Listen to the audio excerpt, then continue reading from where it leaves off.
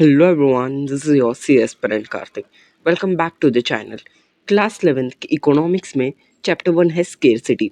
Simple terms में scarcity का मतलब है शॉर्टेज या किसी चीज़ की कमी।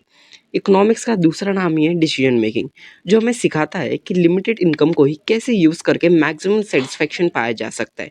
ठीक यहाँ से ही एक कॉन्सेप्ट आता है साइकोलॉजी ऑफ मनी। कहानी की शुरुआत दो आदमियों के फाइनेंशियल मैनेजमेंट से शुरू होती है।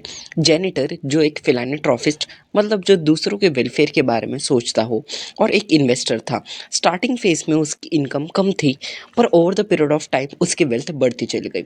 दूसरा पर्सन रोनाल्ड जो कि गैस स्टेशन पर काम करता था, जिसकी इनकम बहुत अच्छी थी, पर लैक ऑफ फाइनेंशियल नॉलेज और फाइनेंशियल लिटरेसी के कारण over the period of time वो एक बैंकरप्ट का शिकार। Number 1, wealth.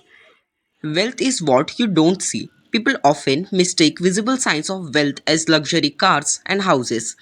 Real wealth is the money saved and invested that you don't see. Number 2, saving is more important than investing skills. You don't need to be financial genius. अब देखो, कल शाम की बात है, सिर्फ 5 सेकंड में मैंने 1.5 लाख रुपए कमाए। कैसे कैसे अरे वो नया आईफोन आया ना, नहीं लिया। तो बचाई हुई रकम ही कमाई हुई रकम है। हाँ, और तुम लोग रोते रहते हो पैसे नहीं है। Consistently saving money is more effective over the long term and then finding the perfect investment. Number 3, tail events drive results. A small number of events often account for most success. Number 4, you're not alone. Everyone thinks different about money. There is no single correct way to approach money. People money decisions are shaped by their personal experience and upbringing.